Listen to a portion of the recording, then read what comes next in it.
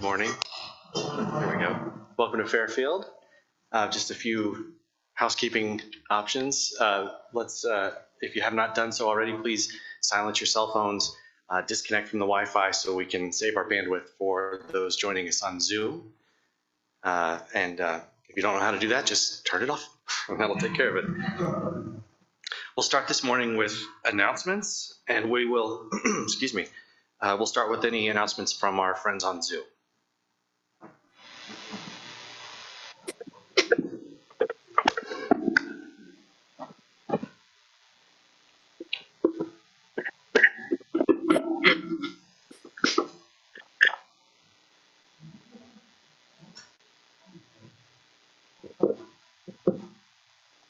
If there are no announcements on Zoom, we'll open it to the friends in the room. And our young friends. Oh, another thing, when the microphone comes to you, please make sure you introduce yourself so those joining on Zoom know who's speaking.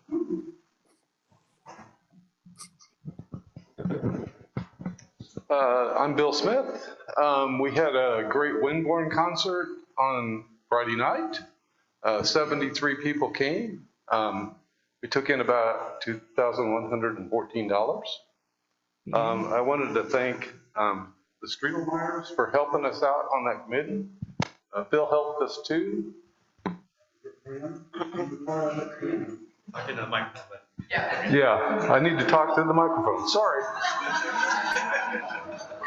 Can you tell I've had COVID and my brain is dead? Anyway, I also wanted to thank Lee Edmondson for helping set up for a band to come here. There's a lot of sound things that have to happen, so he did a huge thing. I want to thank USFW for doing the snacks, and I want to thank Jim McClung for getting the lighting in the parking lot going, because we got to enjoy the fact that we do have lights in the parking lot at night now. So thanks for everyone.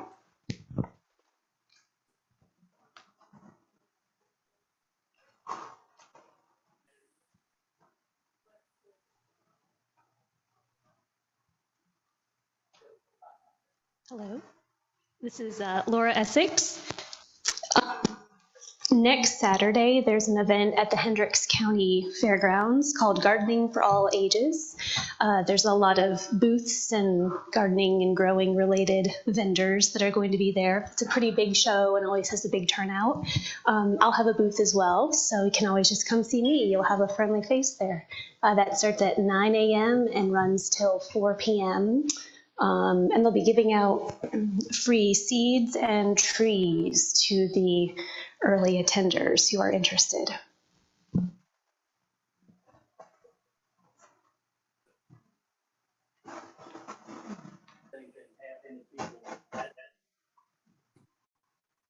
Are all hearts clear? Just a reminder that the work of the meeting continues, and there will be food collection baskets, and there are offering trays in the back of the room if you would like to support the meeting. And you can also donate on the website.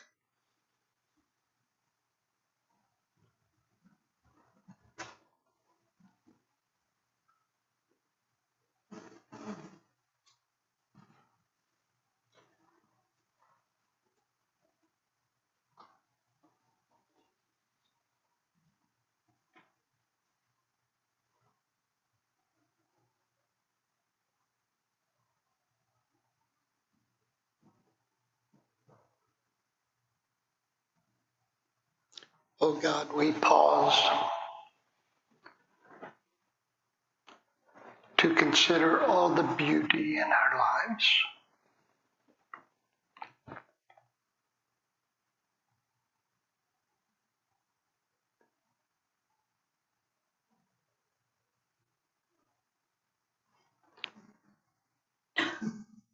The music, the flowers, the blossom of trees.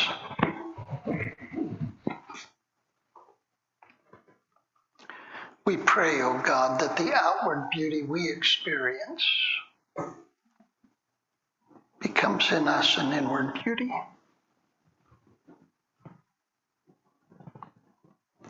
That as we live in this world and move out into creation.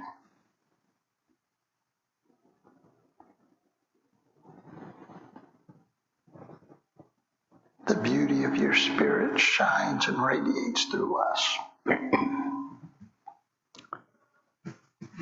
We lift up, O God, all those whose lives are so difficult right now, they see no beauty.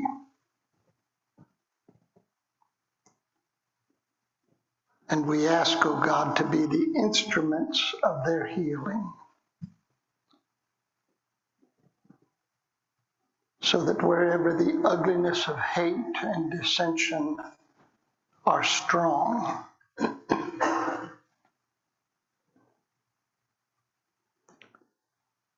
that the beauty of peace and reconciliation be even stronger. We lift up, O God, especially those in our midst who are weak, who have no voice. We remember children who suffer, O God, and remind ourselves to always be tender toward them. We remember those in our society whose race or religion makes them less than. And pray, O God, that a sense of justice will prevail, and that we as a people, as a congregation, will always stand on the side of right, caring more for justice than we do for privilege, caring more for reconciliation than we do revenge and getting our own way. Oh God, fill us and make us whole, and enable us, oh God, to fill one another and to bring healing wherever we are. This is our prayer on this first day morning. Amen. Friends, let us stand and sing together our opening song. Sing praise to God who reigns above. And our Sing Joyfully songbook number 45. Is that the blue one?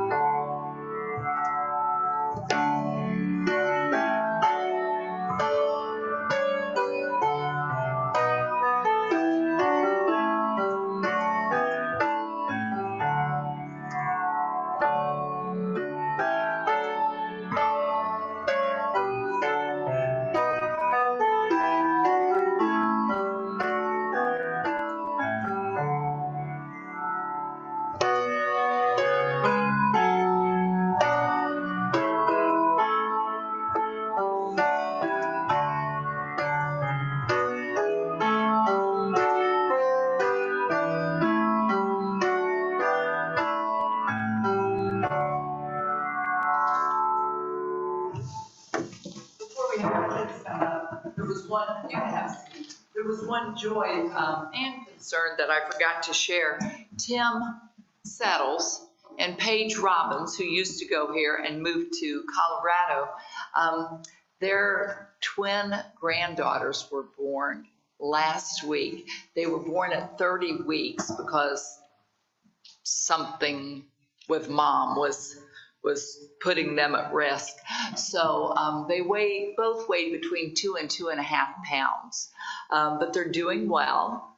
They're identical. Their names are Hazel and Scarlett, and they have been moved from a unit or a level 4 NICU unit to a level 3 NICU unit, which is much closer to their home.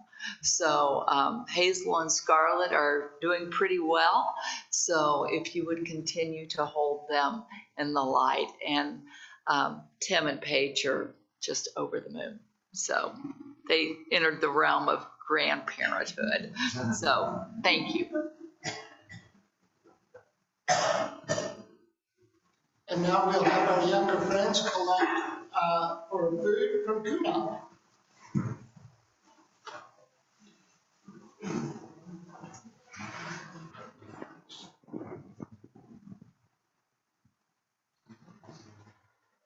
Thank you, friends. For the past few weeks, Phil has been discussing some of the foundational elements of Christianity in light of the current rise in Christian nationalism and its divisive nature. For our centering thought this morning, I'm going to address a divide in our community that even Phil wouldn't dare touch. And we're going to apply some logical arguments to address some long-standing biases in this community. And I'll rely partially on the writings of Paul F. Tompkins. There's a little bit of audience participation, but I promise I'm going somewhere, so please bear with me. So in the modern church, there's been a debate raging for years. People are on one side or they're on the other. There's no middle ground. Here's the divide. Some people like cake more than pie. Some people like pie more than cake. We've never been able to agree which is better until this historic meeting, because I figured it out. I think I know what's coming here. By round of applause, how many people like cake more than pie? Thank you so much for that bravery in this community. So how many people, by round of applause, how many people like pie more than cake?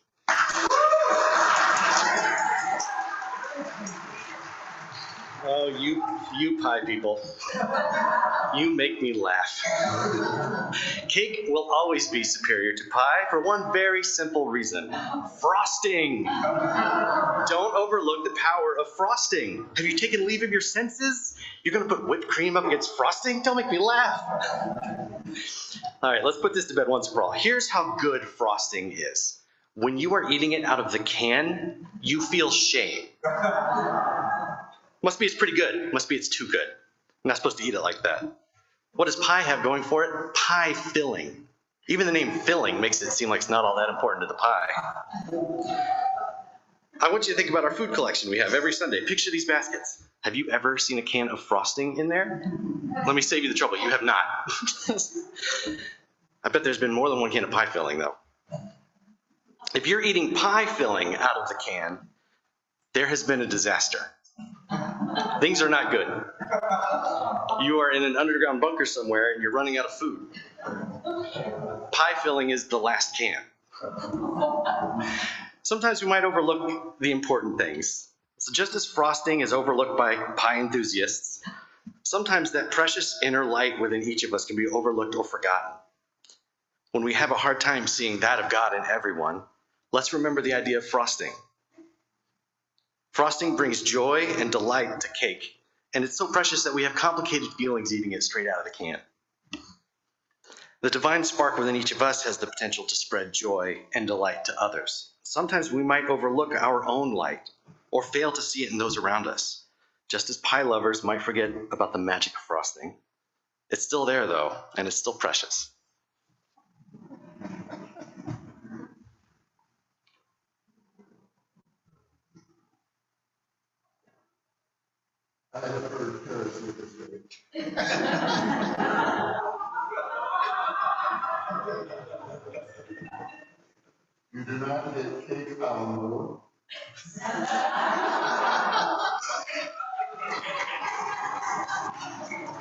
That's the vibe. Some people meditated with dog.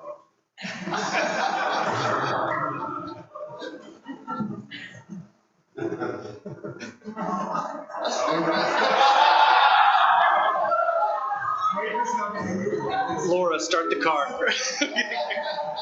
have to say, that pie has actual fruit in it, which is a redeeming feature of a health issue. What have you wrong?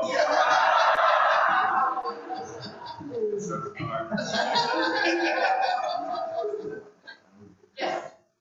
One word. Promise.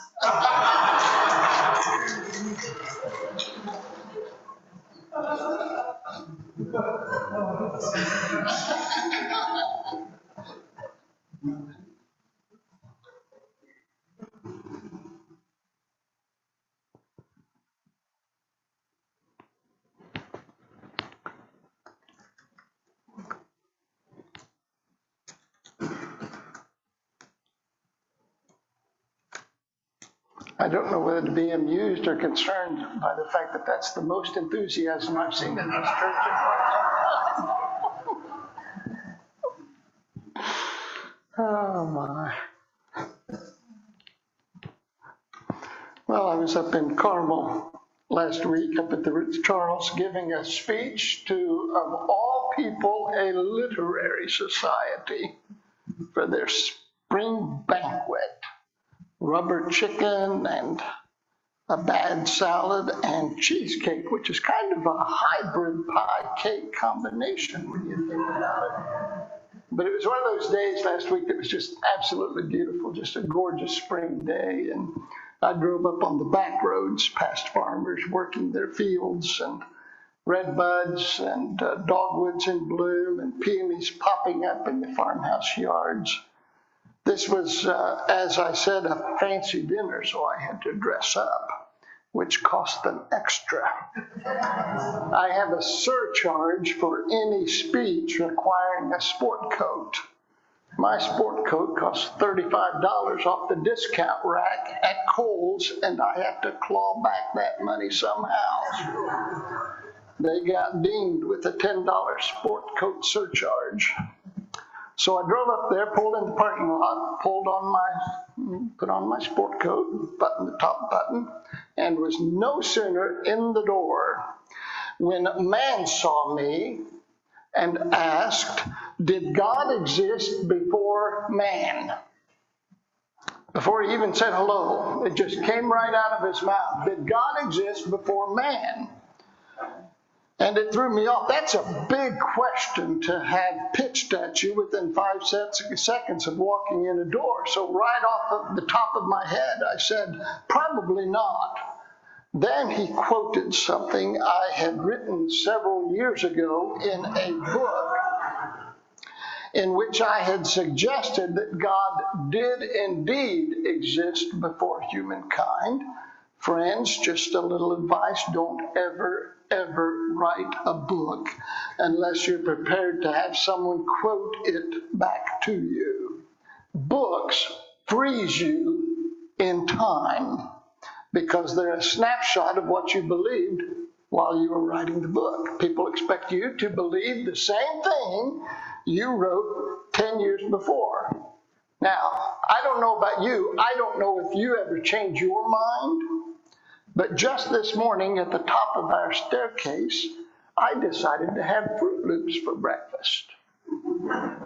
Midway down the staircase, I remembered I was diabetic. And so by the bottom step, had decided I would have oatmeal instead. In the span of 3 seconds, I had changed my mind and had oatmeal. And it was good because the Fruit Loops box was empty. I had a late night binge the other night that I forgot all about. So this week I've been thinking about what came first, God or humans? Of course, Orthodox Christianity has always said God came first, and even more than that, that God has always been. that God is timeless and eternal, which of course can't be proven, only believed or not believed. But today I want to suggest another possibility, and who knows, maybe this sermon will be the start of a whole new theology, and a new religion will be started around it. And 500 years from now, people from all around the world will come to this meeting room, and they will touch this pulpit and get all shivery and excited, but probably not. We've been talking about Christianity 101, considering together the basic tenets of our faith. We're doing this because our nation is in the grips of Christian nationalism, which is exacerbated by theological ignorance. Too many people believe foolish and dangerous things about God, about Jesus, about themselves and others, and there is no remedy for that other than to challenge the theology that gives rise to such pernicious movements. We've said there's no such thing as progressive theology or conservative theology. There is only good theology or bad theology, and the cure for bad theology is good theology. And here's what good theology does. Good theology affirms the grace of God, the dignity of humanity, and the importance of creation. Bad theology doesn't. It is also true that whenever we say anything about God, whenever we make any statement or claim about God, we are simultaneously saying something about humanity. And that is what I wish to talk about today. Who are we? And what does it mean to be human? I want to answer this in light of what that man asked me last week. Did God exist before humans? And I said, probably not, because maybe what makes God fully complete is us. Maybe relationship is so important to God, so central to God's nature, that without anyone to relate to, God isn't whole. God isn't complete. So while it might not be the case that humans created God, it might be the case that without us, God would not be God. In the sense that I would not be a grandfather if it weren't for Madeline and Miles. They make me a grandfather. Without them, I am not a grandfather. And maybe without us, God is not God. We complete God, and God completes us. Which means God becomes whole by virtue of relationship. By virtue of relationship. And we become human, fully human, by virtue of our relationships. Now, be aware, if I had said this 700 years ago, the church would have put me on trial, found me guilty of heresy, and burned me at the stake, which is why putting totalitarians in charge is never a good idea. But I digress. We'll just leave that aside, and I won't make any commentary about certain political movements these days. God becomes fully God by virtue of God's relationships. And we, you and I, become fully human by virtue of our relationships. Remember the movie Jerry Maguire? When Renee Zellweger says to Tom Cruise, "You complete me." Now, I can't imagine a scenario in which Tom Cruise could complete me. But to be fair, neither can I imagine a scenario in which Renee Zellweger would say to me, "You complete me." But let's stick with that theme just for a moment. We both complete God and are ourselves completed by God. God and humankind are completed by our mutual relationships. Without relationships, we are never completely whole. Now, I'm not saying if you're not married, you're not completely whole. I'm saying without relationships, we are not completely whole. The church has always asserted that God stands alone, that prior to humanity, God was complete. But I have doubts about that. In the creation story, God looked at Adam and said, "It is not good that man should be alone," which I think was a revelatory statement. God knows it is not good to be alone because God has been alone.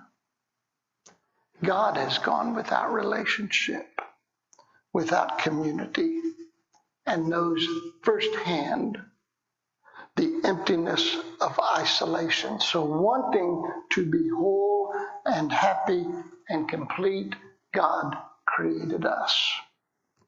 Last week when that man asked me if God existed before man, I more accurately should have said yes, but not completely. Not completely. God existed, but it was mere existence.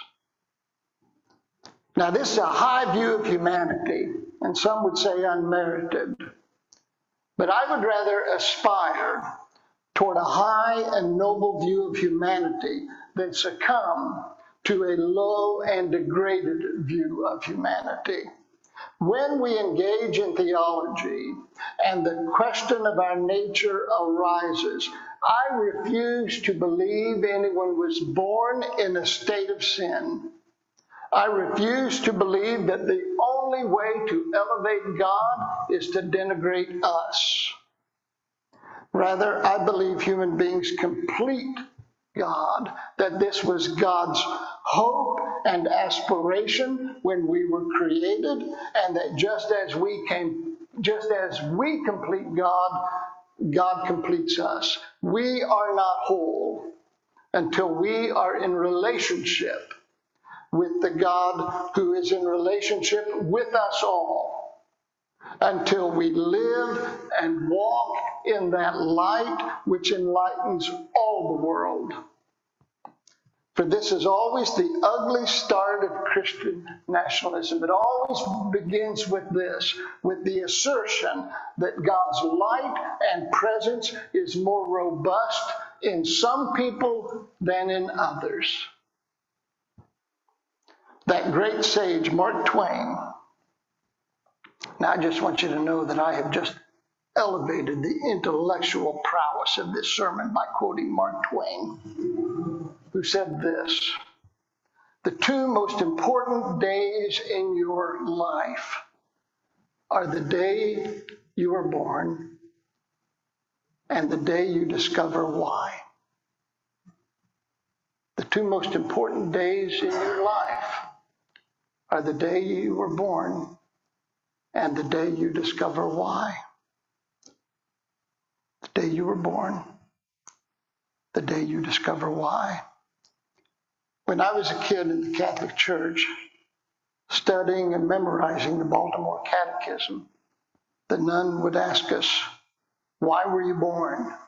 A rather daunting question to ask a 12-year-old, but there you go. And we've been taught always to answer, "We were born to know, love, and serve God." It was a top-down understanding.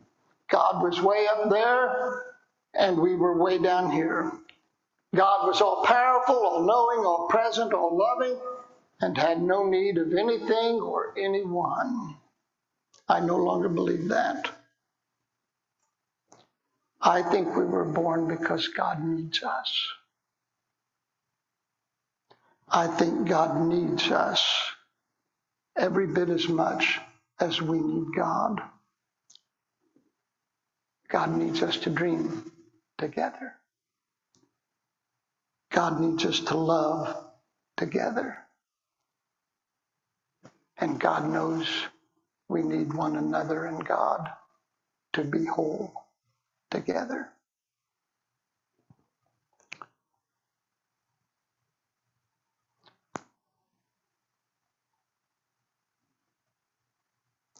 This is at once a deep joy and the acceptance of a great responsibility, because the only way to make God whole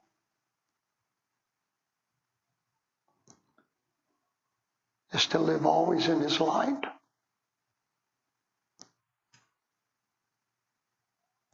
which, especially when we begin debating the virtues of pie and cake, can be profoundly difficult to do. But in that process, we and God become whole.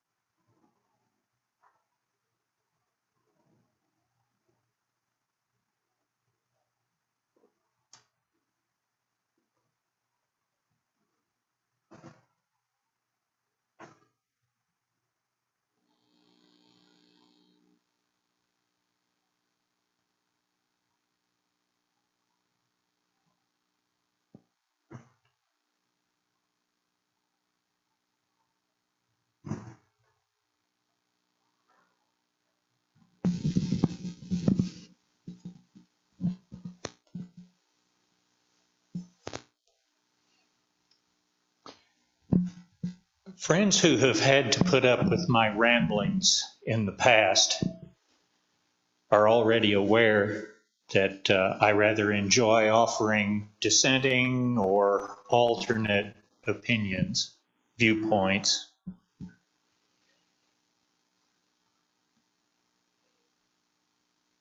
Phil's message brings several things to mind. Well, the message and the preparation for it. First off, regarding cake and pie.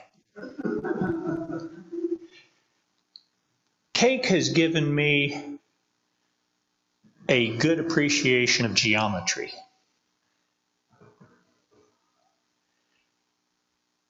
Most commonly, you experience cake as a sheet cake, almost always with frosting.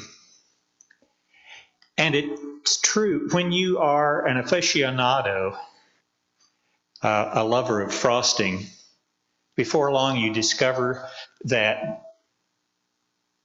sheet cake can vary in size and the number of pieces you can cut it into.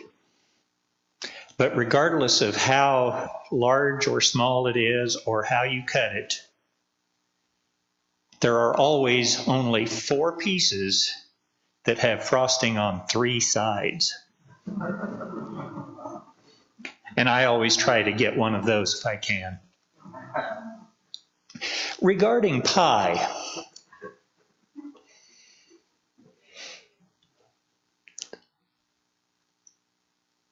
yes, the filling is wonderful, but I don't think it's fair to diminish the role and the joy of a good crust. It's hard to get a good crust nowadays because most of them are made commercially, and the things that they have to do to make them diminish their quality. But a good homemade pie crust, whether it's still in the bowl after having been mixed or after it's been baked, is something to be cherished. Now moving on. The Taoists offer very early in their book, the Tao Te Ching, the idea that the essence of the Tao is one. Anything that appears as a dichotomy is more or less an invention of man. And by making any kind of distinction, you automatically bring into existence the opposite.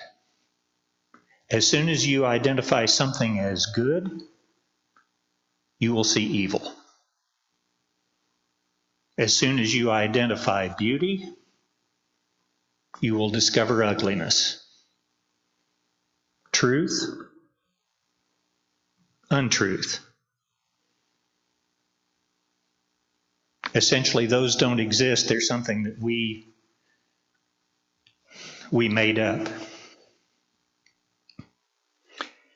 And I think the same thing applies to God and man. Phil quoted scripture where God says, it's not good to be alone. You could just as easily look at it from the other direction. Man said, it's not good to be alone, and created God.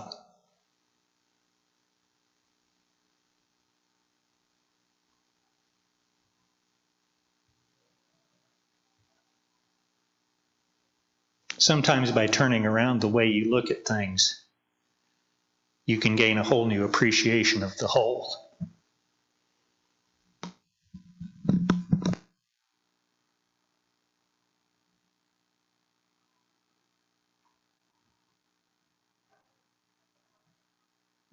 Well, if all hearts are clear, we'll sing our last hymn, Sweet Hour of Prayer, and the Blues Sing Joyfully, hymnal number 166.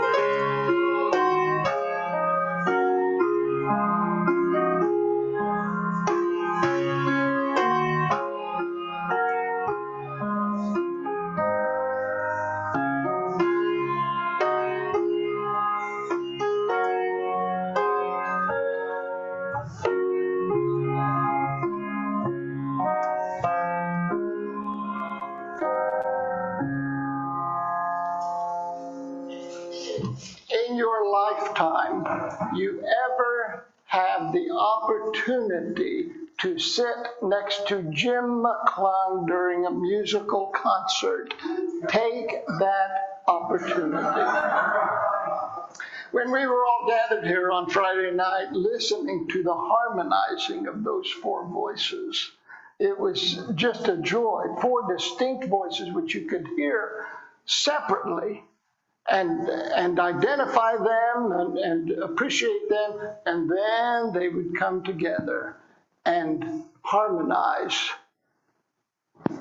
And something just shifted whenever that happened. It was just beautiful. And they would harmonize, and Jim would give a little jump of pleasure and say, oh, and then he'd shake his head and he'd smile. Now, here's where I'm going with this, in case you're wondering, that I think that's what happens when we unite with one another and with God. That there are these disparate voices, these different voices, and every now and then in life, we're able to harmonize. And when we do that, it is an absolutely joyful thing. I asked the young people singing, I said, gosh, a musical concert, musicians coming out of COVID, what in the world did you do that whole 2 years of COVID when people couldn't gather? And they said, we practiced. We practiced every day, 5 days a week. Monday through Friday, we practiced. So friends, practice. Practice what it is like to live in harmony with God. Practice what it is like to have compassion. Practice what it is like to love someone who isn't like you. Practice what it is like to want the best for all people and not just the people who are easy to love or like. Practice, friends. And when we practice, that is when beauty happens and different voices merge and Jim smiles. Turn to great friends.